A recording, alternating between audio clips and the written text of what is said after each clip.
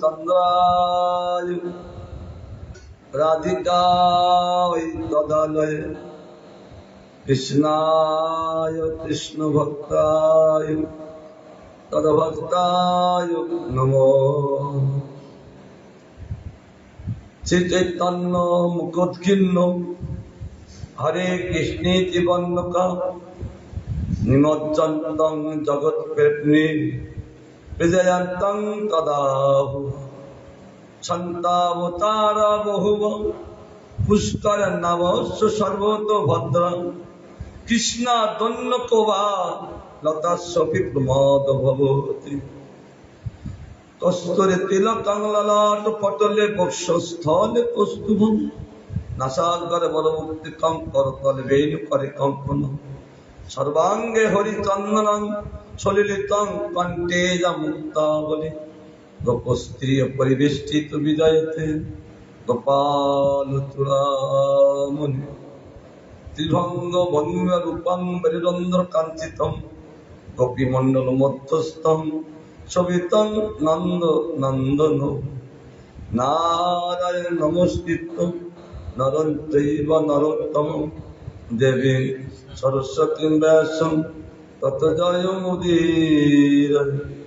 श्री कृष्ण चैतन्य प्रभु नित्यानंद श्री अद्वैत गदाधर शिवासादि गौर भक्त वृंद हरे कृष्ण कृष्ण कृष्ण हरे हरे हरे राम राम राम हरे हरे।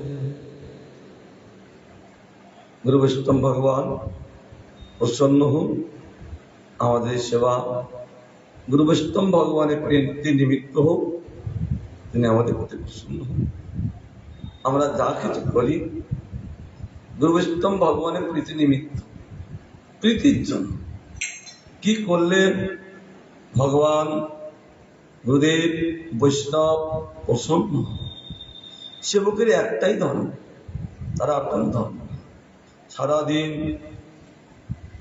তাদের সেবা তাদের সুখের জন্য তার প্রতিমূর্তি ব্রজগোপীগণ ব্রজবাসীগণ তারা নিরন্তর তাদের সেবা করে চলেছেন তাদের প্রসন্নতার জন্য আমাদের সেই ভাবনা থাকবে। তার জন্য আমাদের এই চৈতন্য ভাগবত তিনি আদি ব্যাস তিনি ব্যাসদেব তিনি কলিতে তিনি বৃন্দাবন দাস ঠাকুর তিনি সব যুগে যুগে দাপর যুগে তিনি ব্যাসদেব আর কলি যুগে তিনি সেই বৃন্দাবন দাস ঠাকুর তিনি সব যুগে যুগে তা ওনারাই লেখক ব্যাসদেব ছাড়া আর এই গ্রন্থ প্রকাশ করতে পারেন না একমাত্র এই ব্যাসদেবই প্রকাশ করেন কারণ ভগবানের সত্তাবেশ রূপে ব্যাস রূপ ধারণ করে তিনি এই ভাগবত রচনা করেছেন। তিনি কালে ভাগবত লুপ্তই যান বেদবাণী লুপ্তই যান গৌতম মুনির অভিশাপে ভগবান তিনি আবার আবির্ভূত হয়ে ব্যাস রূপে তিনি আবার সব বেদ উপনিষদ পুরাণ সবকিছু তিনি প্রকাশ করে আছিলেন। এই জন্য তিনি আদি ব্যাস।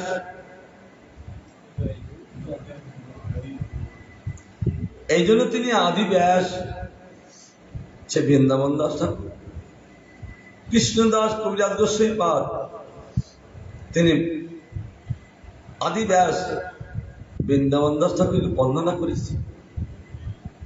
ইনি বলেন শুক্র রসের কৃষ্ণদাস কবিরাজ গোস্বামী পাদ মধুর রসে তথাপি ওই চৈতন্য চৈতমিত লিখতে গেলে ব্যাসের করুণা ছাড়া লেখা যায় না। তার জানি তিনি বৃন্দাবন দাস ঠাকুরের বন্দনা করেছেন তিনি আদি ব্যাস।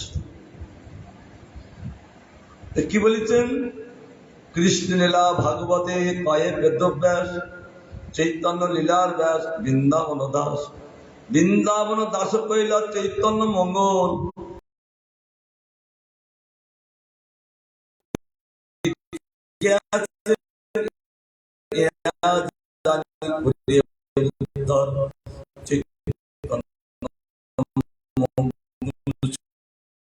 যদি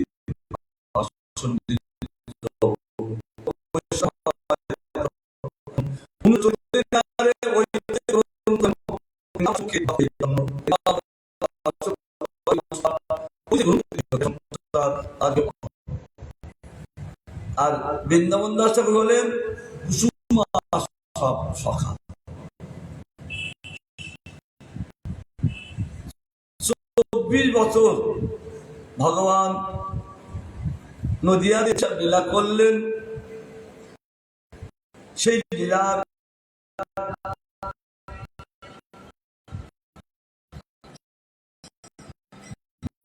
লেখক করলেন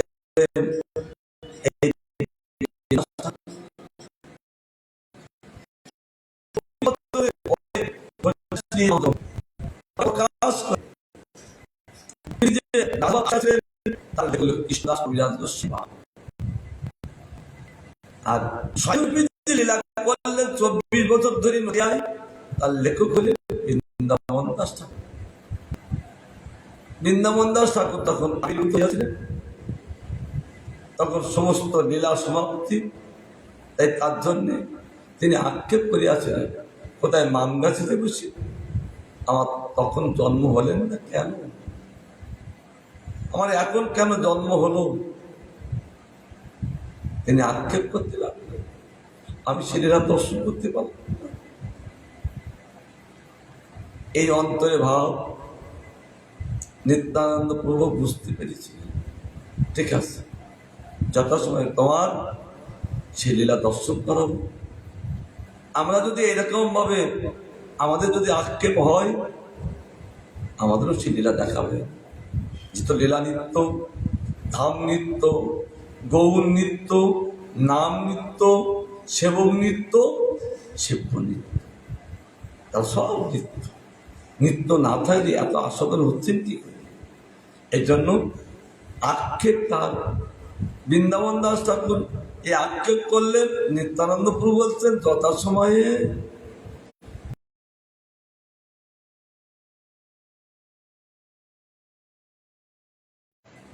কিন্তু চিত্তে আক্ষেপ। একদিন তিনি গুরুদেবের সেবা করতে করতে বর্ধমান জেলায় গ্রামে নিত্যানন্দ পার্শ্বদ সহ সেখানে সংকীর্তন করতে করতে সেখানে গিয়েছিলেন।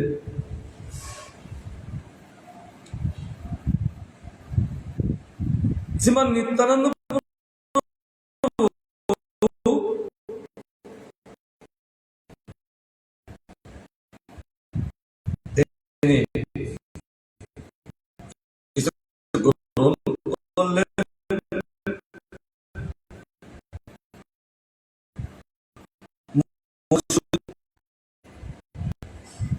আর বৃন্দাবন দাস ঠাকুর সেখানে থাকলেন। আজও কিন্তু সে বটবৃক্ষ গাছ আছেন। তিনি অধর নয়নে কাঁদতে লাগলেন, হায় হায়, আমি তো নিজের জন্য কিছু করিনি, আমি যা করেছি গুরুদেবের জন্য করেছি, আর গুরুদেব আমার বঞ্চিত করলেন। তার জন্য তিনি কাঁদতে লাগলেন, আত্মী ভরে গেলেন, উৎকণ্ঠা ভরে গেলেন। তার আত্মী উৎকণ্ঠা দেখে অর্ধরাত্রে নিত্যানন্দ প্রভু আকাশবাণী করছেন, বৃন্দাবন। গুরুদেবের আকাশবাণী শুনে তিনি আশ্বস্ত হলেন, গুরুদেবের কথা গুরুদেবকে রাখছেন, তিনি আশ্বস্ত হলেন।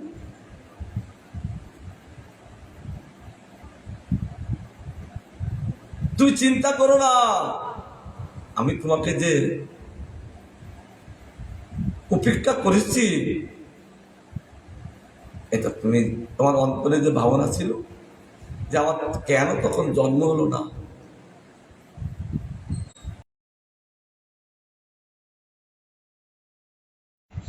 সেই লীলাগুলো প্রকাশিত করো।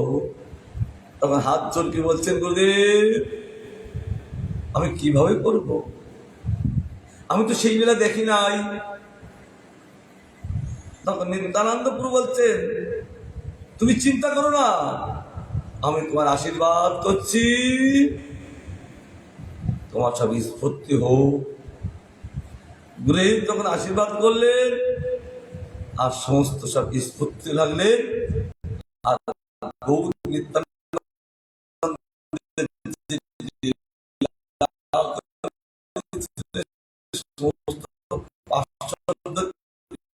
নিয়ে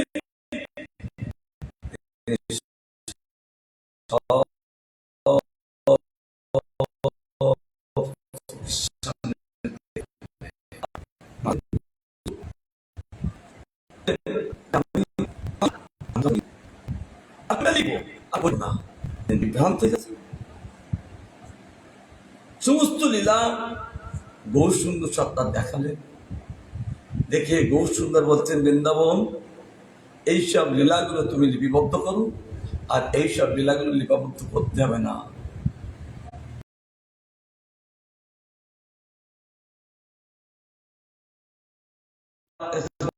করতে করতে তিনি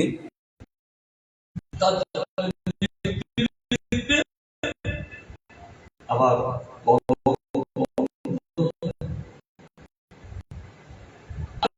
দেখতে লাগলেন। আপনি মনে হয় আমার শরীর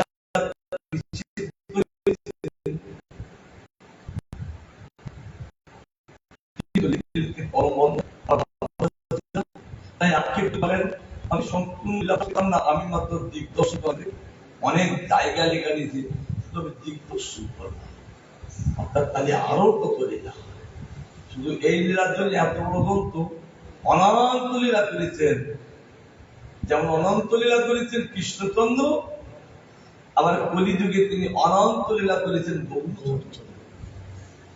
কেন সেই ভগবান, সেই লীলা ছাড়া কোন লীলা করবে, আর সব বধলীলা, তিনি ভাগবত লীলা। কারণ তিনি ভাগবত ছাড়া বাইরের লীলা কিছু করেননি। বাইরের লীলা করলে তাহলে প্রমাণিত হবে না, তাই সব ভাগবত সিদ্ধান্ত লীলা করলে, যেমন চৈতন্য ভাগবতে তেমনি চৈতন্য চৈতন্য। তাই মহাপ্রভু গুরু প্রতিষ্ঠা বললেন, হে রূপ তুমি যাও বৃন্দাবনে, যাও তুমি সব অসুতত্ব প্রকাশ করো, কৃষ্ণ তত্ত্ব, ভক্তি তত্ত্ব, রসতত্ত্ব প্রান্ত সব তত্ত্ব শিখাইলা প্রভু ভাগবত সিদ্ধান্ত। যতটি তত্ত্ব বললেন, কি একটা কৃষ্ণ তত্ত্ব, একটা ভক্তি তত্ত্ব, আর একটা রসতত্ত্ব। ভক্তি তত্ত্ব সেই ভগবান, কৃষ্ণ তত্ত্ব সেই ভগবান, আর রসতত্ত্ব সেই ভগবান। রসতত্ত্ব প্রান্ত মানে আর ওদিকে নাই, সব তোমাকে আমি সব শেখালাম। ভাগবত সিদ্ধান্ত দিয়ে প্রকাশ কর। শ্রীমান মহাপ্রভু কলিযুগে এসে 4-5 জনকে তিনি আচার্য করেছেন, তাদের টাইটেল দিয়েছেন, নিজেই রেজাল্টের টাইটেল দিয়েছিলেন নামাচার্য। তিনি যখন পানিয়াটি হয়ে বরণনগর হয়ে যখন খর্দায় গিয়েছিলেন, সেখানে একজন ভাগবত করছেন ভগবান আচার্য। অপূর্ব মাধুর্য ভাগবতের ব্যাখ্যা শুনে মহাপ্রভু তাকে নাম দিলেন, আজ থেকে তোমার নাম ভগবান আচার্য না, ভাগবত আচার্য। ওই ভাগবতের আচার্য, যে ভাগবত যারা পড়বে তোমার করুণায় তারা বুঝবে, দুঃখ দিলে। রূপের আচার্য নাম দিলেন রসাচার্য। সনাতনকে তিনি আচার্য করলেন তত্ত্বাচার্য। আর রঘুনাথ দাস গোস্বামীকে আচার্য করলেন প্রয়োজন আচার্য। এনাদের প্রতি এত সন্তুষ্ট, বললে আমি নিজেই এদেরকে আচার্য করব, টাইটেল দেব। তাই তিনি 5 জনকে সন্তুষ্টকে আচার্য করেছিলেন। তিনি কলিযুগে এসে তিনি নিজে কিছু করেননি, সকলের দ্বারাই তিনি সব প্রকাশিত করিয়াছিলেন। এবং তিনি কোনোদিন জামা গায়ে তো দেননি, আর জামা না গায়ে দিলে পকেট তো নেই, কিন্তু তার ধন সম্পদ কোথায় রাখবেন? তার দুইজন ছিলেন পকেট, এক অদ্বৈত পকেট আর এক নিত্যানন্দপুর পকেট। তার যা ধন সম্পদ, প্রেম সম্পদ, এই দুইজনের পকেটে রাখতেন। যখন তাকে দেওয়ার জন্য তিনি বলতেন, নিত্যানন্দ ওকে দাও, অদ্বৈত ওকে দাও, কারণ তাদের পকেট দুইজনের তো মহাপুরুষ পকেট, যেহেতু দামার দুটো পকেট থাকে না, এদিকে একটা এদিকে একটা, অনেকটা নিচেও থাকে। আর এনারা হলেন মহাপুরুষ পকেট। আবার এই গোস্বামীগণ মহাপুরুষ পকেট। আর তাদের দ্বারা সব তিনি রচনা করলেন। আর যার জন্য তিনি কলিযুগে এসেছেন, রাধাভাব আস্বাদন করার কথা। তাই রাধারানীর যে 8টি শ্লোক, শ্বেতকাষ্টকে তিনি গম্ভীরায় বসে স্বরূপ দামোদরকে নিয়ে কেবল সেই আস্বাদন করে আছেন। ওই শ্লোকটা তো এই কলিযুগে ভগবান আস্বাদন করেছেন রাধার ভাবে। এই শ্লোকটা রচনা করেছেন শ্রীমতী রাধারানী। গোবিন্দ মথুরায় আসলেন, তিনি আত্মীয় করে এই 8টি শ্লোক রচনা করে নিজে দৈন্য করে তিনি কেঁদেছিলেন। যখন গোবিন্দ মথুরায় ছিলেন, তখন রাধারানীর আত্মীয় উৎকণ্ঠা যুক্ত শ্লোক আত্মীয় করে যখন গোবিন্দকে বলছেন, আর এই মথুরায় থেকে বাসুদেব ভগবান তিনি আর স্থির থাকতে পারেন, লোভ জেগে গেল। এই রাধার কি ভাব! আমি একজন যে কে একমাত্র বৈন্য কেউ জানে না, একমাত্র এই গোপীগণ। আর গোপীগণ জেনে আমাকে যে কিভাবে তিনি আস্বাদন করছেন উন্ময় দিয়ে, আমিও আস্বাদন করবো এই রাধার ভাবে। তিনি মথুরা থেকে তার লোভ থেকে গেল। আমরা যতই সাধন বোধন করি না কেন, লোভ যদি যাদের ততক্ষণ না জাগবে, ততক্ষণ কিন্তু আমরা কিছু আস্বাদন করতে পারবো না।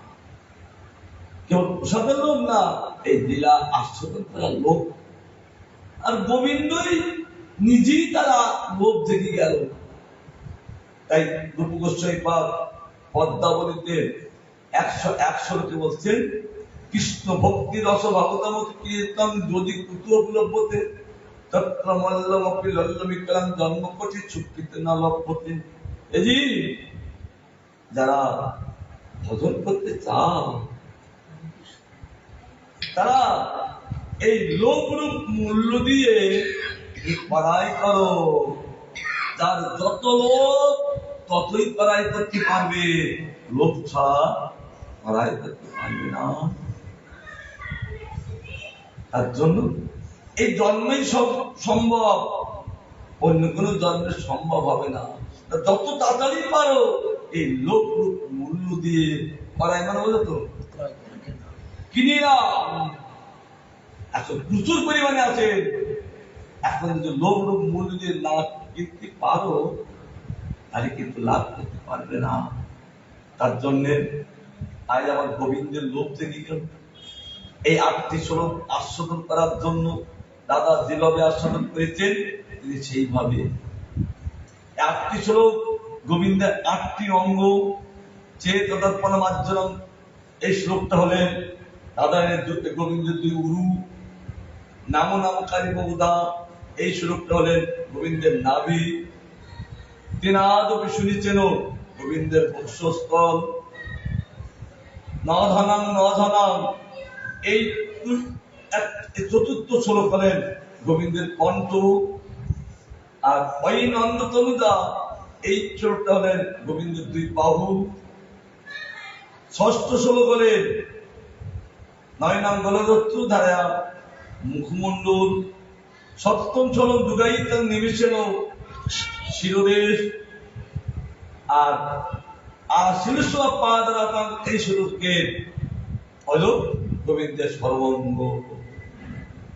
অর্থাৎ সর্বঙ্গ রূপ দর্শন করতে করতে তিনি প্রেমময় হয়ে তিনি আত্মিক করে কেঁদেছিলেন শ্রীমতী রাধারানী। আহ, আমার বহু সুন্দর অন্তলীলায় 20 পরিচ্ছেদে ওই 8টি শ্লোক আস্বাদন করিয়াছিলেন মাধবময়। তিনি জগন্নাথ দর্শন করতে গেলেন, তিনি আর ফিরে আসেননি। গদাধরের মুখে ভাগবত শুনতে গেলেন, গোপীনাথে তিনি লীন হয়ে গেলেন, অনুভব দেখলেন। আর যখন সমুদ্রে স্নান করতে গেলেন, তখন তিনি সমুদ্রেই অন্তর্ধান লীলা করলেন।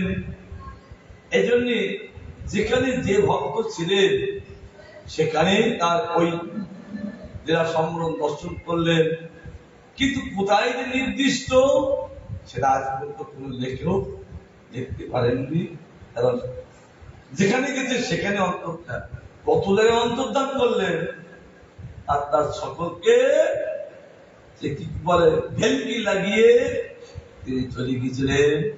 যেমন কৃষ্ণ 125 বছর লীলা করে চলে যাবেন। তার জন্য ব্রহ্মা বললেন, ভগবান আপনি যার জন্য এসেছেন সমস্ত কার্য সমাধান হয়ে গেছে, এখন ইচ্ছা করলেন যেতে পারেন। আর তিনি মনে করছেন এই তো ভগবান যাবেন, তিনি সত্যকে অর্ঘ সাজিয়ে বসে আছেন, পূজার গ্রহণ নিয়ে বসে আছেন যে ভগবানকে পূজা করবেন সত্যলোকে ব্রহ্মা। কখন চলে গেলে কেউ দেখতে পেলেন না। আমার গৌর সুন্দর তন্ত্র সকলের চোখে ভেলকি যায়। ম্যাজিশিয়ানের কাজ হলো প্রত্যেকের চোখটাকে ভেলকি লাগানো আর তার নিজের কার্য সাধন করেন। আমরা মনে করছি সত্যি সত্যি মানুষটা কেটে ফেলেছে, কিন্তু বাস্তবতায় কিচ্ছু না, আমাদের চোখটা ভেলকি লাগানো। সেটা কেমন? একজন ম্যাজিশিয়ান রাজার বাড়িতে দিয়ে বলছেন, রাজামশাই আমি এখনই মরে যাব, আমার দেহটা আপনি পুড়িয়ে দেবেন। আপনি মরে যাবেন আর আমাকে তখন এই করবে না, আমি লিখে দিচ্ছি, বঞ্চয় করে দিচ্ছি, কেউ দোষ দেবে না। লোক তখন রাজার বাড়িতে জড়ো হয়ে গেছে। তখন রাজামশাই বলছে ঠিক আছে। দেখতে দেখতে রাজার ওই সবাই তিনি দেহত্যাগ করলেন। রাজার লোকজন নিয়ে তার দেহটা পুড়িয়ে দিলেন। 3 দিন পরে বলছে, রাজামশাই আমার বকশিস। কি বাবা তুই মরে গেলি না? এই তো আমার খেলা, এই তো আমার খেলা, আমার বকশিস। আমি মরি না, আমি ভেলকি লাগাইছি সব, আপনাকে বলতে ভেলকি লাগাইছি, তার জন্য আমাকে বকশিয়ে দিন। আমার গোবিন্দ এবং গৌরী যখন তিনি 48 বছর লীলা করে তিনি চলে গেলেন আর সকলকে ভেলকি লাগিয়ে, কারণ বুঝতে দিলে তো লীলা হবে না, তাই তার জন্য তিনি অপূর্বভাবে লীলা করে চলেছেন। তার জন্য আমাদের তিনি অনেকগুলো শক্তি নিয়ে তিনি লীলা করতে লাগলেন। গৌর সুন্দর তিনি শ্রী শক্তি, লীলা শক্তি আর মাধুর্য শক্তি, ঔদার্য শক্তি তিনি লীলা করে চলেছেন। যিনি ছিলেন রুক্মিণী, তিনি এসেছেন এখন রশ্মিপ্রিয়া রূপে। আর তার যে ঘটক ছিলেন, যে দুধ পাঠিয়েছিলেন কৃষ্ণের কাছে, তিনি কলিযুগে হলেন কে? তিনি বনমালী। আর তার যে বাবা ছিলেন, তার বাবা হলেন কে? বলবাচার্য। তারাই, আমরা কেউ না। কেন আমরা অভিনয় করতে পারবো না? তারা একবার শুনলে অভিনয় করতে পারে, আর আমরা হাজার শুনলে অভিনয় করতে পারি। যে এত হরিকথা শুনে মনে রাখতে পারছি, আর তারা একবার শুনলে মনে, আর আমরা হাজারবার শুনে যতবার মনে রাখি, আর যে এখান থেকে উঠে যায় আর হারিয়ে। এই জন্য আমাদের কেউ নেবে না। তারাই এসেছে, আরে তারাই এসেছে, তার সব ছবি থেকে তারাই লীলা করে। আগের থেকে রিয়াকশন দিয়ে এসছেন গোলক বৃন্দাবন থেকে, যে এরপরে তিনি সত্য যুগে এই লীলা করবেন, এরপরে ত্রেতা যুগে তিনি রাম রূপে এই লীলা করবেন, তারপরে দাপর যুগে তিনি কৃষ্ণ স্বরূপে তিনি প্রেমরস বিতরণ লীলা করবেন, তারপরে কলিযুগে গৌর রূপে তিনি নাম বিতরণ করবেন। আর তার সব রিয়াকশন দিয়ে চলে আসছেন গোলক বৃন্দাবন থেকে। আর ব্রহ্ম বৃন্দাবন এসে কেবল আস্বাদন করেছে যে তো ভগবান তিনি কখনো সর্বজ্ঞ ভাবে, কখনো মুক্ত ভাবে।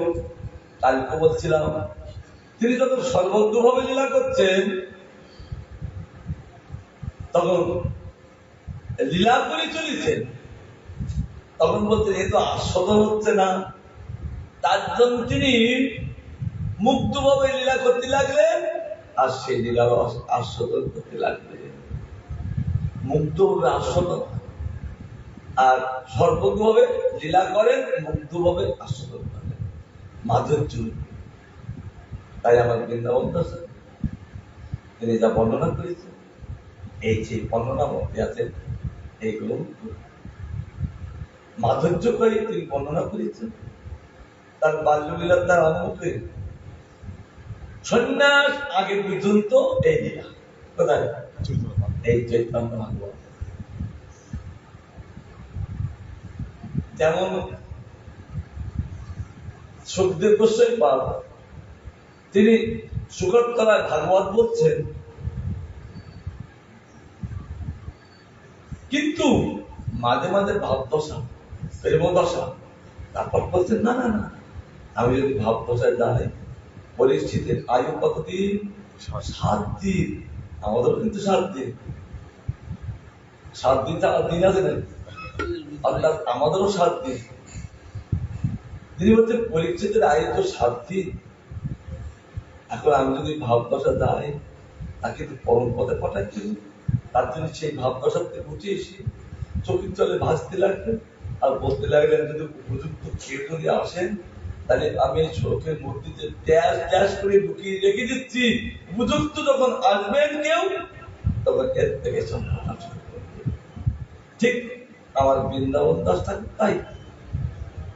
এর পরবর্তীতে পদকাত্মক সূর্য লীলা করবেন, তার জন্য এই চৈতন্য ভাগবতে তিনি সব শ্লোকের মধ্যে পয়ের মধ্যে রেখে গেছিলেন। এই জন্য চৈতন্য চৈতন্যতে ওই কৃষ্ণদাস কবিরাজ গোস্বামী বলছেন, আমি যে এইগুলো লিখছি, এটা কিন্তু আমি নিজে কিরামতি না, যে যে লীলাগুলো বৃন্দাবন দাস ঠাকুর ছেড়ে দিয়েছে, আর আমি সেখান থেকে আরম্ভ করেছি। এই জন্য তিনি চৈতন্য ভাগবতে যেসব লীলাগুলো তিনি বলেননি কেন, তিনি যেসব লীলাগুলো ওই পায়ের মধ্যে গুপ্ত ভাবে রেখে গেছেন, এরা পণ্ডিত ছাড়া সেটা বের করতে পারেন না। আর শ্রেষ্ঠ পণ্ডিত রাধারানীর কৃপা পাত্র, তিনি এসে ওই ছাড়াগুলো তিনি আবার চৈতন্য চৈতন্য প্রকাশ করতে আসবেন। যেমন ভাগবতে চলেছিলেন, আর এই ভাগবত যখন গোস্বামী পাদ তিনি পড়ছিলেন, আর তখন দেখতে বাবা এর মধ্যে কি সুন্দর সুন্দর জিনিস আছে। হ্যাঁ, কেন তিনি অসংখ্য, সঙ্গে সঙ্গে তিনি বুঝতে পারলেন, তিনি প্রকাশ করতে পারেননি, তার জন্য তিনি ওই শ্লোকে রেখে গিয়েছিলেন। আর আমার রূপ গোস্বামী পাদ তিনি যখন ওই ভাগবত পড়তে লাগলেন, আর তখন তিনি বলছেন বাবা যেহেতু অমূল্য জিনিসদের মধ্যে আছেন, তখন এই শ্লোক থেকে দিয়ে তিনি ভক্তি রসামৃত গ্রন্থ, উজ্জ্বল নীলমণি আর লঘু ভাগবতামৃত এইসব গ্রন্থগুলো ভাগবত থেকে তিনি ভেদ করে তিনি আবার প্রকাশিত করিয়াছিলেন। যেহেতু বোধের যেসব লীলাগুলো তিনি বলতে পারেননি, বলার সময় ছিলেন না, তিনি বলতে পারতেন, যেহেতু সুখদেব গোস্বামীপাদ তিনি ছিলেন রাধার সখী, তার জন্য তিনি বলছেন না, উপযুক্ত কেউ আইলে এই শ্লোকগুলো তিনি ভেদ করবেন, লোকগোষ্ঠীপাদ সংস্থানে আলাদা করে দিবেন। এই জন্য লোকগোষ্ঠীপাদ তিনি যখন ব্রজলীলা, দ্বারকালীলা যখন তিনি এক করতে চেয়েছিলেন, সঙ্গে সঙ্গে সত্যভামা দেবী ওই ভুবনেশ্বরের আগের 2 কিলোমিটার আগে সে সত্যভামাপুর আছে, ওখানে রূপগোস্বামীপাদ যখন বিশ্রাম করছিলেন, রাত্রিতে উঠে হচ্ছে সত্যভামা যে রূপ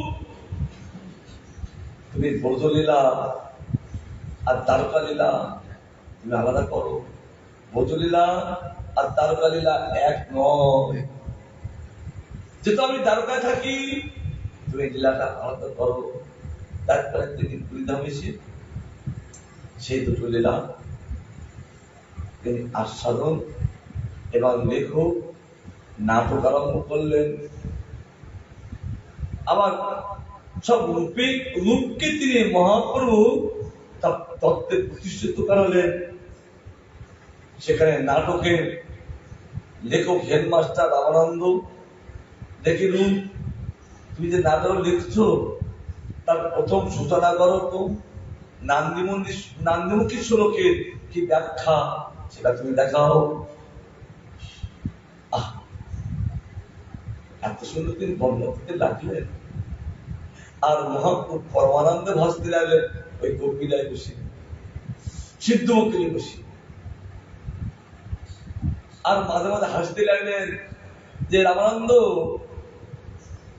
এই যে বর্ণনা করছেন, কি করে বর্ণনা করছেন, কিভাবে? তখন তারা বলেছিলেন, স্বরূপ আপনার কৃপা ছাড়া এতগুলো সম্ভব হতে পারে না। তখন বলতেন আর মহাপ্রভু আনন্দ সাগরে ভাসতে যে আমার রূপ কোনো অংশে কম নয়, সব তিনি পারদর্শী। তাকে এই নাটক দেখে সর্বদামোদার, রামানন্দ, জগদানন্দ পণ্ডিত, তিনি একদম ভালো লেখক, বড় পণ্ডিত, এই জন্য তার নাম হয়েছে জগদানন্দ পণ্ডিত, কারণ তিনি অন্য কেউ না, তিনি ওই জগদানন্দ পণ্ডিত ভালো নাটক লিখতে পারেন। তার প্রেম বিভক্ত গ্রন্থ প্রকাশ করে আছে। এইসব লীলা আমাদের সুন্দর করে তিনি আস্বাদন করেছেন, আস্বাদন করাইছেন, আর সকলকে প্রেমের বন্যায় ভাসিয়েছেন। আমরা একটু আস্বাদন করি। খুব সুন্দর তিনি নবদ্বীপে যেসব লীলা করলেন, বাল্যলীলা, তার বাল্যলীলা করতে হবে কেন, আর কি প্রয়োজন আছে? মানে জগতে সকলকে আস্বাদন করতে গেলে, করাতে গেলে বাল্যলীলা করতে হয়। নাটকটা কি জানো? হ্যাঁ, নাটকটা হলো বিদগ্ধ মাদক নাটক আর ললিত মাদক নাটক। হ্যাঁ, তিনি রচনা করে আসছিলেন আমাদের বৃন্দাবন দাস ঠাকুর। প্রথমে সূচনা করলেন, সূচনা বিশেষ প্রয়োজন, তার জন্য কিভাবে তিনি প্রকাশিত করলেন, শ্লোকে তিনি প্রকাশিত করলেন টিকা রূপে, বিবৃতি রূপে, অনুবাদ রূপে, আবার ভাষ্য রূপে, অমৃত ভাষ্য রূপে আমাদের বহুপাত ব্যাখ্যা করতে লাগলেন, ভক্তিমূর্তি ঠাকুর ব্যাখ্যা করতে লাগলেন। যে তারা পড়িয়ে এত মাধুর্যময় হয়ে গেলে, তার জন্য তারা আবার ভাষ্য করতে লাগলেন, পয়ারের ভাষ্য। অর্থাৎ তারা তো এই জগতের লোক কেউ নয়, কে ভক্তিমূর্তি ঠাকুর হোক আর বহুপাদ হলো একজন এলেন কমল মঞ্জুরি, একজন এলেন নয়ন মঞ্জুরি। অর্থাৎ এরা তো কোনো অংশে কম নয়। তার জন্য আমার বহুপাদ কেমন, তিনি বহুপাদের বন্দনার মধ্যে ভক্তিরক্ত শীতল গোস্বাই পান, তিনি অপূর্ব করে বহুপাদের বন্দনা করেছিলেন। ওই নমঃ বিষ্ণু পাদায় কৃষ্ণ পৃষ্ঠায় ভূতলে ওরকম করছে কেন? ভারতের কারণে পৃষ্ঠে ভগবান কথা শুনতে স্ট্যান্ডার্ডিস যেমন দেখে স্ট্যান্ডার্ডিস না, কিন্তু আমাদের যে ছাত্র ছাত্রী সকলের ব্যথা তো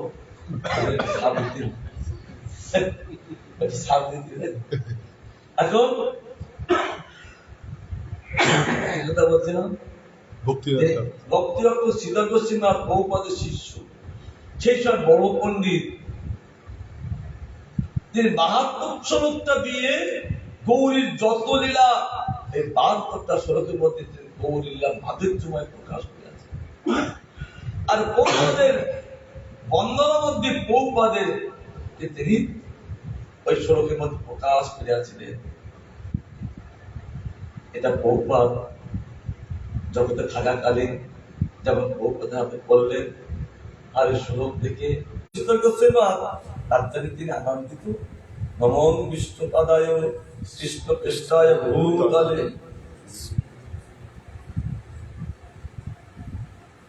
তিনি ওম বিষ্ণু পাদায় বলতে হলো, বলার কারণ হলো গোবিন্দের সঙ্গে। আর বহুপাদ তিনি আলাদা তুলনায় বহুপাদে ভগবানেই বহুপাদ রূপী তিনি এই জগতে প্রকাশিত। কৃষ্ণ পৃষ্ঠায় ভূতলে, কৃষ্ণ পৃষ্ঠায় শব্দ অর্থ হলো কৃষ্ণের অতি প্রিয়।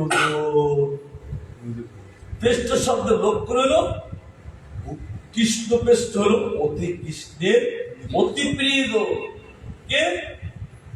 এই ভক্তি সিদ্ধান্ত।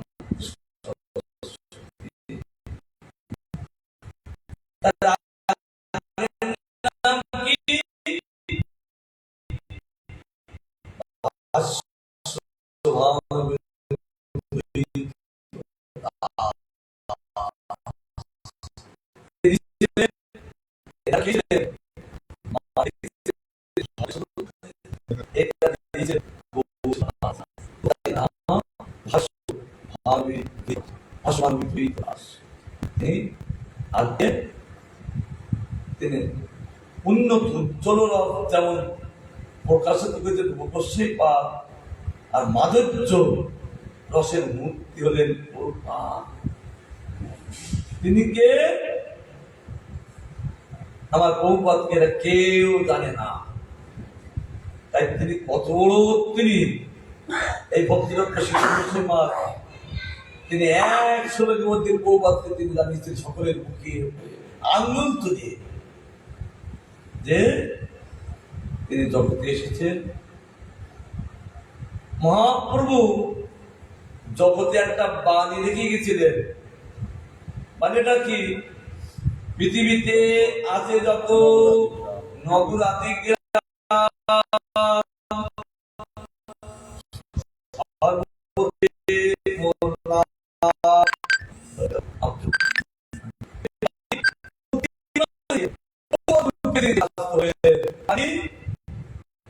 নমস্তে গৌরানী, এই বাণীটা সকলকে তারণ করার জন্য, সকলকে উদ্ধার করার জন্য। এই নমস্তে গৌরবাণী শ্রীমুক্তায় দীন ও তারিণী। এই দীনহীন কাকে বলেন? দীন কাকে বলেন? যারা স্বরূপে আর নাই, স্বরূপে চ্যুত হয়ে গেছে।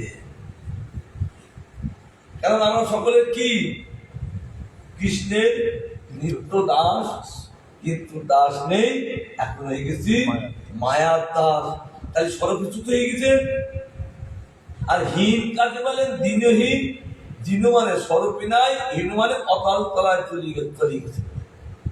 তা জীব যদি অতল তলায় চলে যান, তাহলে ভগবান চিন্তা করছেন না যে অতল তলায়, সমুদ্রের তলায় কি সমুদ্র?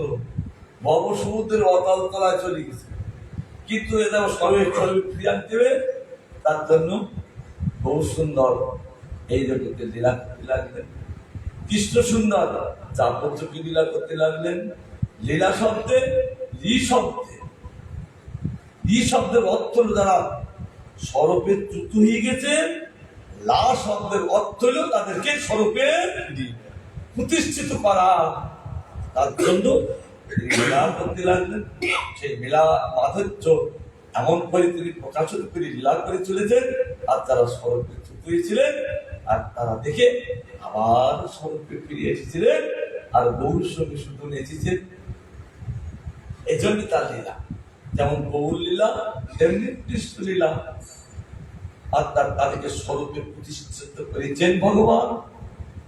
শুধু প্রতিষ্ঠিত করলে হবে না, তাদেরকে কি করতে হবে? তাদের বৃন্দাবন দাসের প্রথম শ্লোকে বর্ণনা, আদালম্বিতা ভুজৌ কনকাবধত সংকীর্তনৈক পিতরৌ কমলায়তাক্ষ বিশ্বম্ভর দ্বিজবর যুগধর্ম পাল বন্দে জগৎপ্রিয় করুণা।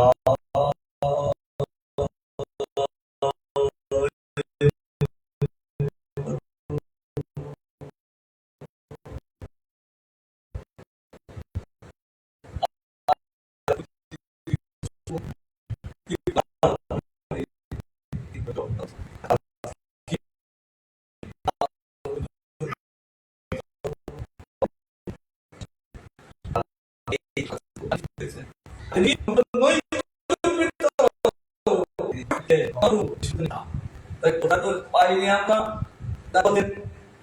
বৃন্দাবন দাস ভুল বলছেন।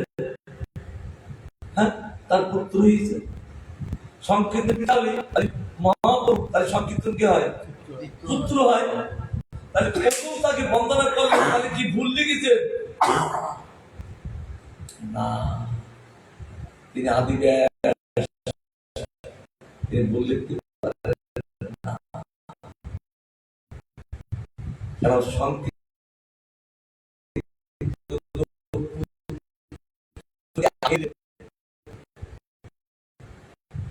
এই সময় ওই যুগে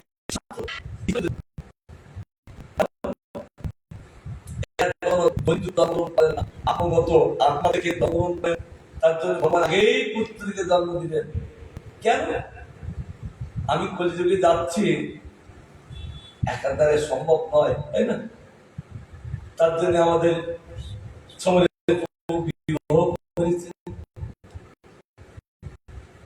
একার দ্বারা একটা সংসার রক্ষা সম্ভব নয়। মহাপ্রভু কলিযুগে যাচ্ছি, কিন্তু একার দ্বারা সম্ভব নয়। তার জন্য তিনি আবার প্রকাশিত করলেন, এক হয়ে তিনি এতজন হলেন। আর কলিযুগে রাধার ভাবে আস্বাদন করতে গেলে ভগবান ভাবে আস্বাদন হবে না। তার জন্য তিনি ভক্তির ভক্ত রূপ হলেন, ভক্ত রূপে তিনি আস্বাদনটা করবেন। এই চৈতন্য ভাবে বর্ণনা আছে, মাধুর্য করে আমাদের ব্যাখ্যা করেছেন। তার জন্য প্রভুপাদ গৌড়ীয় ভাষ্য প্রকাশ করেছেন। আর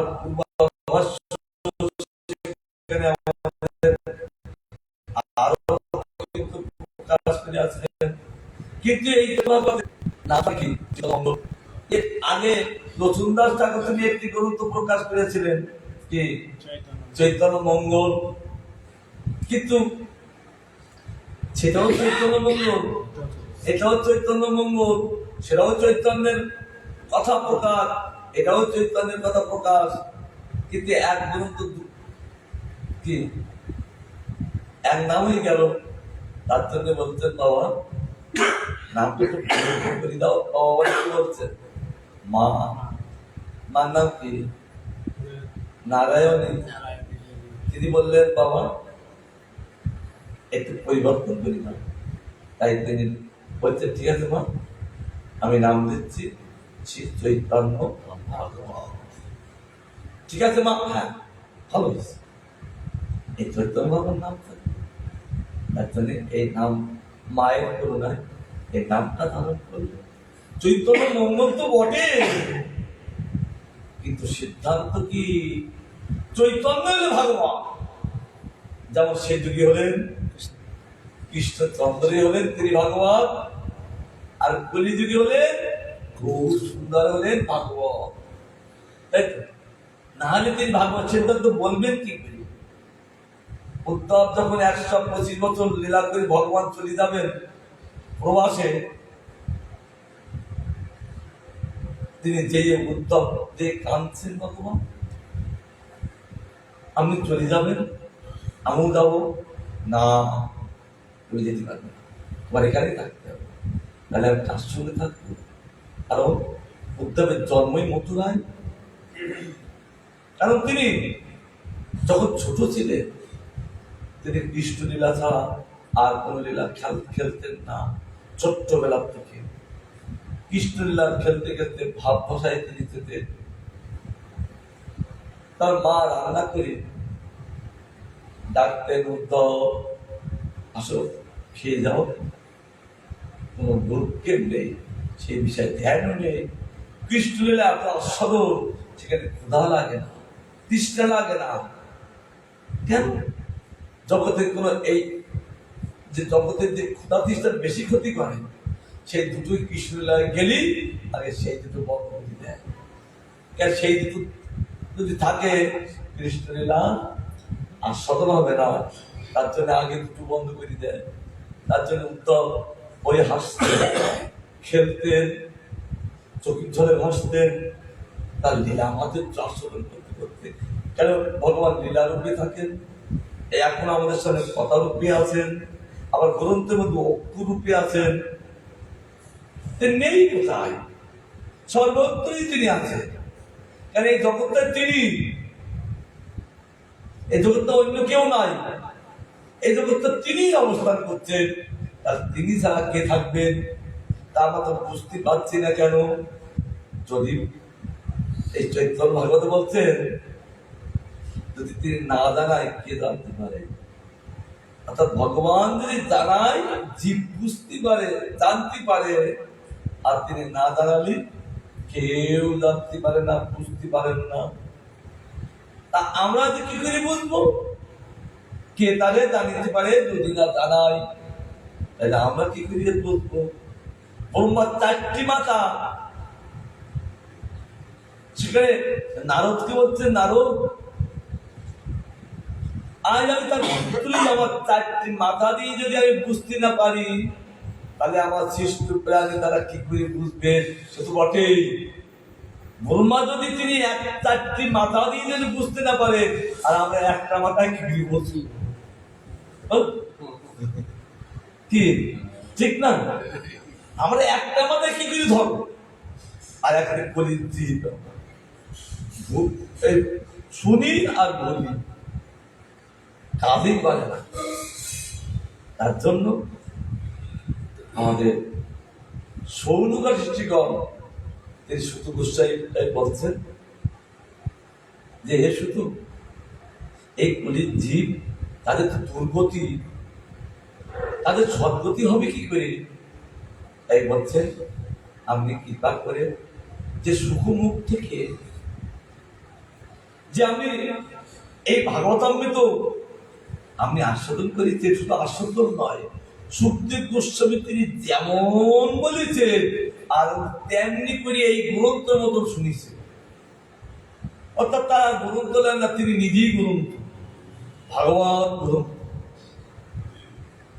তাই তিনি তার কাছে জিজ্ঞাসা করে আছেন।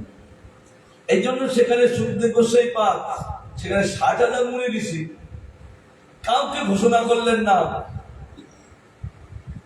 কাকে ঘোষণা করলেন? এই 30 বছর পরে নৈমিষারণ্যে ওই শুধু ভাগবত বলবে। কে বললেন? সুখদেব গোস্বামী পাক আঙ্গুল তুলে সেখানে 60,000 ঋষিরা সব ভয় উঠে থাকলে আমাদের কারণ বললো না কেন? কারণ তারা শুনিনি। আর এই সুখদেব যেমন বলেছেন তেমনি তার চিত্তক্ষেত্রের গ্রন্থ আকারে গেঁথে গেছে। আচ্ছন্ন বলছিলেন। তাহলে তিনি সঙ্গে সঙ্গে না বলে 30 বছর বললেন কেন? হ্যাঁ, 30 বছর পরে বললেন কেন তিনি ত্রিকালজ্ঞ? ভগবানের ইচ্ছুক রূপে এসে তিনি নিজেই ভগবান বলছেন কাকে? পরীক্ষিতকে। তার জন্য তিনি ত্রিকালজ্ঞ, ভূত, ভবিষ্যৎ, বর্তমান তিনি সব জানেন। জেনে তাই বলে 30 বছর পরে। অর্থাৎ আমি বললাম বটে, যতক্ষণ কিন্তু বড় দেবে কৃপা না লাভ করবে ততদিন তিনি নৈবিশ্বরের পারবে না। ওই 30 বছর পরে যখন বড়দের তীর্থ পর্যটন করতে করতে আসবে আর তার পিতাকে কি করবেন, সেই যখন তিনি এসেছিলেন, ওই পৃথিবীতে কটা তীর্থ আছেন? পৃথিবীতে 350 কোটি তীর্থ আছে। আর আমার বড়দেব সব তীর্থ ভ্রমণ করতে করতে নৈবিশ্বরে এসেছিলেন। কোথায় লেখা আছে? গর্ভসংহিতা বলছেন এই 350 কোটি তীর্থ আছে। আবার এই তীর্থগুলো আছে সব নবদ্বীপে। এই নবদ্বীপ পরীক্ষাও করলে আর আমাদের অন্য কোনো ধাম পরীক্ষাও করতে হয় না। কেন? সর্বতীর্থময়, সর্ব অবতারময়, সর্বধামময়, আর সর্বকি দেবময়। ওই তীর্থ কে? এই নবদ্বীপ ধাম। তার জন্য নবদ্বীপ ধাম পরিক্রমা করলে পৃথিবী পরিক্রমা হয়ে যায়। কেন? সেখানে নাই কি? আমরা যেখানে বসে আছি এটাও নবদ্বীপ। মনে করবেন না শুধু ওইটুকু নবদ্বীপ। কাল কি বলছিলাম না, চৈতন্য, এই চৈতন্য ভাগবতে লেখা দিয়েছে কি এইটা হলো পশ্চিমবঙ্গ আর বাংলাদেশটা যারা নামই, তখন তো বাংলাদেশ ছিলেন না, পূর্ববঙ্গ। এগুলো তো পড়তে পড়তে পাবো এইছি। এই জন্য এইগুলো সব মহাপুরুষ পদাঙ্কিত ভূমি। তিনি ওই নদিয়ার থেকে তিনি পদব্রজে তিনি আঠিসরায় গিয়েছিলেন, বাড়াইপুরে তিনি গিয়েছিলেন, দাইমন হারবার, অম্বলিঙ্গ ছত্র বহিয়ে তিনি মেদিনীপুরে প্রবেশ করলেন বাসুদেব ঘোষের ওখানে। এদিকে অগ্রদীপ আছেন যে গোবিন্দ ঘোষ, আর ওদিকে মেসোদা তমলুকে আছেন গোবিন্দ ঘোষ, না বাসুদেব ঘোষ। এরা কারা? এরা দুই বউ। গোবিন্দ ঘোষ হলেন রঙ্গদেবী সুখীর অবতার, আর বাসুদেব ঘোষ হলেন তিনি সুদেবী সুখীর অবতার। আবার তো গোবিন্দ ঘোষ হলেন তিনি রঙ্গদেবী সুখীর অবতার। তিনি তার জন্য গোপীনাথ নিজে হাতে তার পিণ্ডদান দেয়। আর ইনি হলেন সুদেবী সুখীর অবতার, ওই তমলুকে বাসুদেব ঘোষ। তিনি আত্মীয় উৎকণ্ঠা বলেন ওই গৌরকে দর্শন করার জন্য তিনি কেবল কাঁদছে, তাকে দর্শন না দিলে নয়। তাই তিনি পদব্রজে চলতে চলতে ওই বাসুদেব ঘোষের দর্শন দিয়েছিলেন। আর তিনি আনন্দ সাগরে তিনি গৌরী মহিমা কীর্তন করতে লাগলেন। জয় জয় জগন্নাথ সচির নন্দন। জগন্নাথ বলতে ওই পুরীর জগন্নাথ না, তার বাবা জগন্নাথ। কি বাবার নাম কি? জগন্নাথ মিত্র। এইটা অনেকে মনে করে এটা জগন্নাথের নাম, জগন্নাথ ওই পুরীর জগন্নাথ না, তার বাবা জগন্নাথ। জগন্নাথ মিশ্র। জয় জয় জগন্নাথ কেন বলেছে? দুবার বললেন কেন? তার পুত্র কে? এই মহাপ্রভু সচির নন্দন। জয় হোক, জয় হোক জগন্নাথ মিত্রের জয় হোক।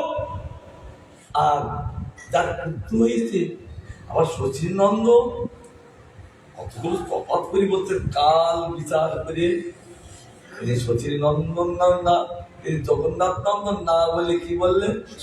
শচী নন্দন। তাহলে জানতে হবে এটা মায়ের উৎসল্য বেশি। মাকে বেশি বাৎসল্য রসে পূর্ণ করেছেন। পুণ্যতর পুণ্যতম পুণ্যতম বাৎসল্য রস আস্বাদন মায়ের কাছে করেছেন। আর তিনি মায়ের বাৎসল্য রস পরিপূর্ণ করাইছেন। তার জন্য শচীনন্দন। আবার যশোদানন্দন, সে নন্দনন্দন বলেছেন, কিন্তু সব থেকে বেশি আগে যশোদানন্দন, কারণ মায়ের বাৎসল্য সেখানে প্রবল। দেবকী নন্দন, আর তার দেবকীর বাৎসল্য সেখানে প্রবল। এই জন্য আমাদের গ্রন্থকার তাদের নামটা বেশি উল্লেখ করেছে। আর এই গৌর সুন্দর তিনি কে? কেবল সন্ন্যাস অপার। তিনি সন্ন্যাস করেছেন নিজেকে লুকিয়ে রাখার জন্য। কিন্তু ভক্তগণ এই কৃষ্ণদাস কবিদাস বলে গোস্বামী বলেছে, আমাদের রামানন্দ বলেছে তুমি অপার সন্ন্যাস। কারণ নিজেকে লুকিয়ে রাখার জন্য তুমি সন্ন্যাস করেছ। তাই কিন্তু তোমাকে আমি লুকিয়ে থাকতে দেব না। তুমি যে রসরস মহাভাব আমি লোকের সাথে দেখাবো। রসরস মানে কৃষ্ণ, আর মহাভাব মানে রাধারানী। এই জন্য আমাদের একটা সিদ্ধান্ত মানবে, আমরা কিন্তু অন্য কোনো গৌরীর পূজা করি না, রামানন্দের গৌরীর পূজা করি। ভালো করে সম্মান। কারণ এই জন্য তিনি সিদ্ধান্ত, ভক্তি সিদ্ধান্তকে আমাদের সরস্বতী গোস্বামী পাদ তিনি 64টা মঠ প্রকাশিত করলেন। 62 বছরে তিনি এই জগতে ছিলেন। তিনি সব মন্দিরে গৌর সুন্দরকে প্রতিষ্ঠা করলেন। কি গৌর? ওই রামানন্দের গৌর। কি নাম? রসরাজ মহাভাব গৌর হরি কি। তিনি রসরাজ মহাভাব গৌর আমাদের আরাধ্য হলেন। ওই রসরাজ মহাভাব গৌর আরাধ্য। ওই নিত্যানন্দের গৌর আরাধ্য না, ও অদ্বৈতের গৌর আরাধ্য না, ও শ্রীনিবাসের গৌর আমাদের আরাধ্য না, ও গদাধরের গৌর আমাদের আরাধ্য না। আমাদের গৌরীদের আরাধ্য হলেন রামানন্দের গৌরকে। তার জন্য তিনি কি গৌর? রামানন্দ তাকে একবার প্রকাশ করে তুলেছিলেন আর ধরা পড়ে গিয়েছিলেন। কেন? কপার সন্ন্যাসী তারা পছন্দ করেন না, তোমার স্বরূপ দেখাও। তারা সব প্রকাশ করিয়াছিলেন। আবার একজন ভক্ত তিনি কলিযুগে এসে গেছেন। কে সে? সনাতন গোস্বামী পাদ। ভাগবতের প্রথম স্কন্ধের তিনি আত্মারার শ্লোকের ব্যাখ্যা তিনি কৃষ্ণ স্বরূপে করতে পারেননি। কে? ভগবান। আর সময়ও ছিলেন না। তার জন্য ওখানে শ্লোকটা প্রকাশ হয়েছে, আত্মা রামস্যমনীয় নির্দন্তা অপ্রক্রম প্রবন্ত পৈতৃকের ভক্তি মিত্তন ভূত গুণ হরি। হ্যাঁ, আসলে হচ্ছে তো মাধুর্য আসলে এখানে তিনি নিজে বলতেন না। এই সবটা ভাগবতে লিখলেন, আমি ব্যাখ্যা করতে পারলাম না। তাই তিনি ব্যাখ্যা করার জন্য তিনি কলিযুগে এসে গেছেন। কে? সেই ভগবান ভক্তরূপে ব্যাখ্যা করবে। কোথায়? কাশীতে বসে। কারণ কাশীর জায়গাটা মাধুর্য জায়গা। কিন্তু এর আগে ওই আপনার শ্লোকের ব্যাখ্যা রামানন্দের স্বরূপের নাম সারুমঠাচার্যের কাছে তিনি যেখানে আমাদের সারুমঠাচার্য কতটা ব্যাখ্যা করেছিলেন? 7 প্রকার। তখন বললেন না, এই ব্যাখ্যা করতে পারল না। কারণ আমার ব্যাখ্যা আমি করব। তথাপি ভক্ত কিছু করতে পারে। এই সার্বভৌমাচার্য তিনি 7 প্রকার ব্যাখ্যা, 8 প্রকার ব্যাখ্যা করেছিলেন। মহাপ্রভু বলছেন, তুমি যে ব্যাখ্যাটা করছো, তুমি যে শ্লোকটা বলতো, ভালো হচ্ছে, কিন্তু ব্যাখ্যাটা যখন করছো এক খণ্ড মেয়ে গেছে কি হচ্ছে, ওই সূর্যকে আস্বাদন হচ্ছে, অর্থাৎ মায়াবাদীতে শুরুটা ঠিক বলছেন। তাতে মহাপ্রভু আনন্দ করলেন, কারণ 7 দিন তিনি শুনছেন, কিন্তু যারা শোনেন তারা তো কিন্তু হ্যাঁ কিছু বলবেন। তারপর 7 দিন পরে সারমটা যদি বলতে, প্রভু আমি যে ব্যাখ্যা করছি তা ভালো কি মন্দ হচ্ছে, আপনি একটা হ্যাঁ বা হুম করবেন তো। বলে কি করব, তুমি আমার শুনতে বলেছ, আমি শুনছি, কিন্তু তুমি যখন ওই শ্লোকটা বলছো সূর্য স্বরূপ, আর যখন ব্যাখ্যা করছো ওই সূর্যের মুখে এক খণ্ড মেঘ দিয়ে চাপা দেওয়া দিচ্ছে দিচ্ছ, আমি কি বল, তখন তিনি বুঝতে পারলেন যেহেতু অন্য কেউ নয়, তখন তিনি 18 প্রকার ব্যাখ্যা করেছিলেন কে, ওই সন্ন্যাসী ঠাকুর। তখন বুঝতে পারলেন যে এ কি, আমার ব্যাখ্যাগুলো সব মাটি করে দিলেন, আর খুব সুন্দর যে ব্যাখ্যা করলেন, কি মাধুর্যময় চৈতন্য সেতু বর্ণনা আছে। আর তখন তুমি আর দেখতে মাঝে মাঝে তিনি যে ভগবান সারমঠের একটু দৃষ্টি দিলেন, কাকে, খুব সুন্দর, তিনি যে ভগবান সারমঠে থেকে একটু দৃষ্টি দিলেন, তার জন্য তিনি বুঝতে পারেন এ তো সন্ন্যাসী নয়, কৃষ্ণদাস কবিরাজ দোষের পর তিনি কপাল খুলেছেন, মিথ্যা তো নয়। রামানন্দ তাকে কপাল খুলেছেন, মিথ্যা তো নয়, কারণ এই কাপড়ের মধ্যে দিয়ে ঠেলি উঠতে, এই কাপড়টা লাল হলে কি আর, কিন্তু দেখবেন এর মধ্যে যে সূর্য যদি এর ওঠে না, এর ফুটি বেরিয়ে যায়, তাই না, ফুটি বেরিয়ে যায়, তার তেল সে কতক্ষণ রাখতে পারবে, কিন্তু ওই লাল কাপড় বেরিয়ে যাচ্ছে তেজটা, কি ভগবানের তেজ আছে না, ষড় ঐশ্বর্যশালী তো, 6টা ঐশ্বর্য আছে, আপনি ভীষণ তেজ। কি ঐশ্বর্য, ঐশ্বর্যস্ব সমগ্রস্ব বীর্যস্ব, ঐশ্বর্যস্ব সমগ্র বীর্যস্ব জ্ঞানম বৈরাগ্য ছন্দাম ভগবতঙ্গনা, ঐশ্বর্যস্ব সমগ্র বীর্যস্ব যথা ছিল জ্ঞানম বৈরাগ্য ছন্দাম ভগবতঙ্গনা। আর 6টি তেজ কি, 6টি ঐশ্বর্য কি, এই 6টা ঐশ্বর্য তার মধ্যে আছেন তিনি ভগনামে, তার সংজ্ঞা, অর্থাৎ তিনি ভগবান। এটা আমাদের ব্যাখ্যা করেছে কি সুন্দর করে, প্রভুপাদ আরো ব্যাখ্যা করেছেন। আমাদের রসব ভরা, শুধু বসে বসে একটু আস্বাদন করতে হবে, আমাদের অভাব কিছু নেই, শুধু আস্বাদন করতে হবে বসে বসে। তার জন্যে তিনি ধরে ফেলেছিলেন, সঙ্গে সঙ্গে তার কাছে কি করলেন, ষড়ভুজ, তুমি যখন ধরে ফেলেছ তাহলে আমার মুখিয়ে রেখে লাগবি, তাহলে দেখো আমি কে। তখন তার কাছে ষড়ভুজ দর্শন দিয়েছিলেন, দিকে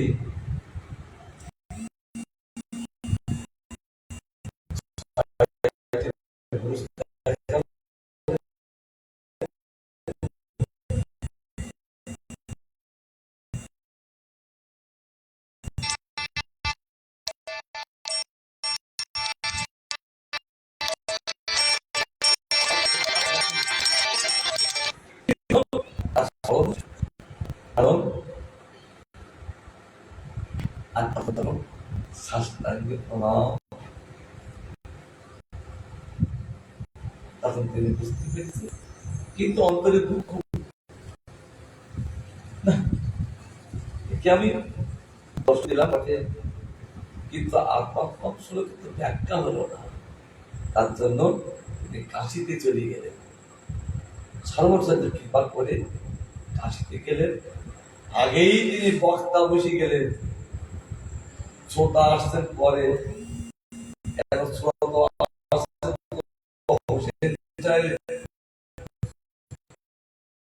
কারাগারে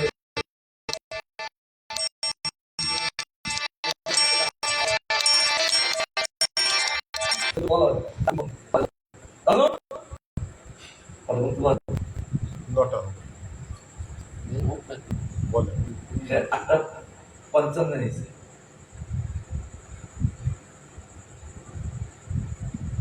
তখন কারাগারে তো তিনি চলে আসবেন বুঝতে পারলেন কে হোসেন শাহ, তার জন্য তিনি তার কারাগারে রেখেছেন।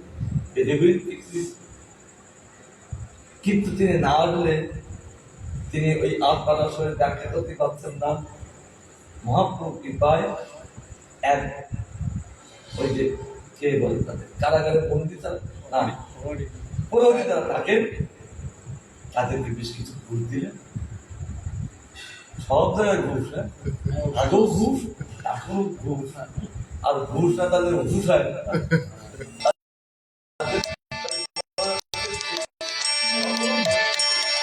কত বছর আগে অবস্থা, এজন্য তাকে ঘুষ দিলেন। আগে 7 মোহর দিলেন, হলো না, আবার 10 মোহর দিলেন, তখন হয়ে গেল বেশি যদি সন্তুষ্ট হয়ে গেল, তাকে গঙ্গা পার করে দিলেন, তিনি চলে আসেন। বলে আমি অহো কি ভাগ্য, কৃষ্ণের কি করুণা, আজ তোমার বিষয় ভক্ত থেকে তুমি ছাপিয়ে আসলে। তখন তিনি কি বলেছেন, কৃষ্ণের কৃপাটা বুঝি না, আমি জানি তোমার কি বলেছিলেন সনাতন, আমি কৃষ্ণের কৃপাটা বুঝি না, আমি মাত্র বুঝি তোমার।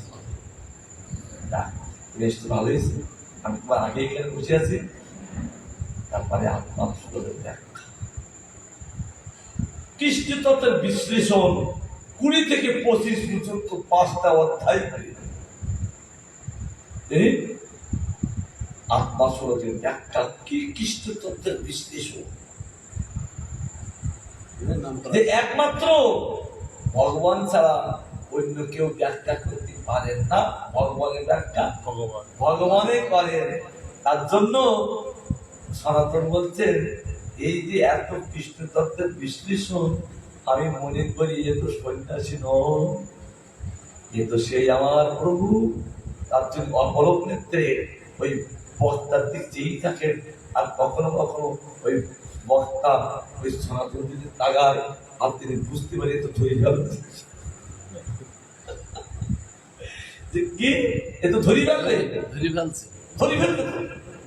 তখন তিনি কৃষ্ণ তত্ত্বের বিশ্লেষণ বলতে বলতে সনাতন বলতেন, প্রভু এই যেভাবে আপনি বলছেন যে অন্য কেউ নয়, আমি মনে করি আমি সেই কৃষ্ণ। ভারী বন্ধ রাখো, আমি কেন বিশ্বভাবে সন্ন্যাসী, আমি কেন কৃষ্ণ ভাবি, তুমি নিজেকে লোকে লাগে, আমি তোমাকে ধরে ফেলেছি। আবার তখন এই রসময় করে আবার বলতে থাকেন, কিন্তু সনাতনী ধরি তার ধরি রাখতেন। বলতে বলতে 61 পর তার ব্যাখ্যা করেছিলেন আত্মাশ্লোকের। আমি মনে করি আরো ছিল, কিন্তু সনাতন ধরি ফেলছেন। তো ভগবান বলছেন আমাকে ধরি ফেলছেন, আমি যে একটা সন্ন্যাসী লুকিয়ে রেখে আমি ব্যাখ্যা করছি সাধারণ একটা সন্ন্যাসী রূপে, কিন্তু তো ধরি ফেলছেন। তার জন্য তিনি আর বলেননি। কেন কৃষ্ণ তত্ত্বের বিশ্লেষণ অপূর্বভাবে তিনি কাজ করেছিলেন। আমার বিদ্যমান নষ্ট করেন, তিনি প্রত্যক্ষ লোক দিয়ে তিনি বর্ণনা করতে লাগলেন তার পুত্রের তারা আর কনকা বদল মুক্তা কি স্বর্ণ। কারণ তিনি আগে ছিলেন একটা রাধাচন্দ্র, আর কে কৃষ্ণচন্দ্র, আর কলিযুগে হলেন 2 চন্দ্র 1 চন্দ্র। তাই কনকা পদার্থ অর্থাৎ এও নিন্দিত, রাধামোহন বলেছেন এও নিন্দিত এই কনক। কারণ বহু সুন্দরী অঙ্গের মতন বর্ণ এই 14 ভুবনের সোনা তুলনা করা যাবে না, তার চেয়ে বেশি উজ্জ্বলিত বহু সুন্দর। রাধামোহন গান করেছেন যে আমাদের সুতলে একটা গাছ আছে, জাম্ববৃক্ষ, জাম গাছ, এই বড় বড় ফল আমরা মনে করছি আমরা পেলে একটু খেতাম, কিন্তু আমাদের লোকে নেই, সে সুফলে আছে। ওদিক দাও যে খেলি হবে সেই দাম তার আঠি নেই পোশাক নেই এবং রস খাবার লোক নেই সেই দাম খাবার লোক নেই কেবল গাছ থেকে পাট পেকি পড়ছে আর নদীর মতো বইয়ে চলেছে বিরাট বড় গাছ ভাগবত বর্ণনা দিচ্ছে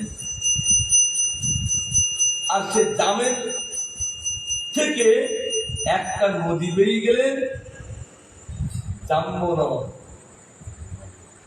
আর এই জাম্বনদ থেকে হেম তৈরি হলেন হেম বলতো সোনা তার নাম হলেন হাটক সোনা এই 14 ভুবনে যে সোনা আছে সবচেয়ে ওই সুতলের সোনা এলো সবচেয়ে উজ্জ্বল কিন্তু বহু সুন্দর যখন নদী আসলে নিন্দিত হাট কান্তি কলে বলো গর্বিত মার কুমারা গর্বিত মার কুমারা এটা হাটক সোনা বলুন তো নিন্দিত হাত বহু সুন্দরের কাছে সেই এত সোনা উজ্জ্বলতা নন্দিত তাই বলছেন কনকা পদার্থ স্বর্ণকান্তির মুখ চন্দ্র সেখানে পড়ছে আর কি চমৎকৃত করে দিচ্ছে যেমন আকাশে মেঘ হলে যেমন কি হয় আকাশে মেঘ হলে যেমন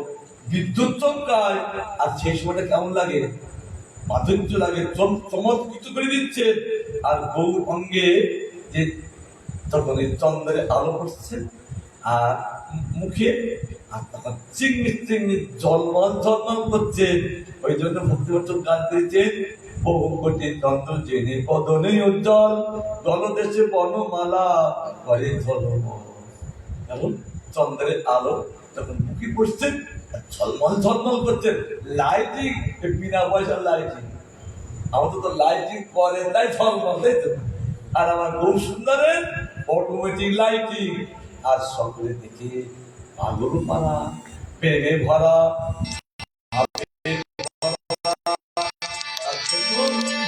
গান করতে লাগলেন ভাবে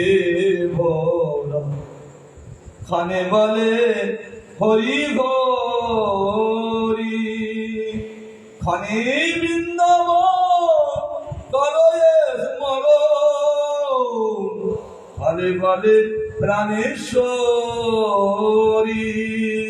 নাচে গোলাম ভাবে ভোরম খানে বলে হরি হরি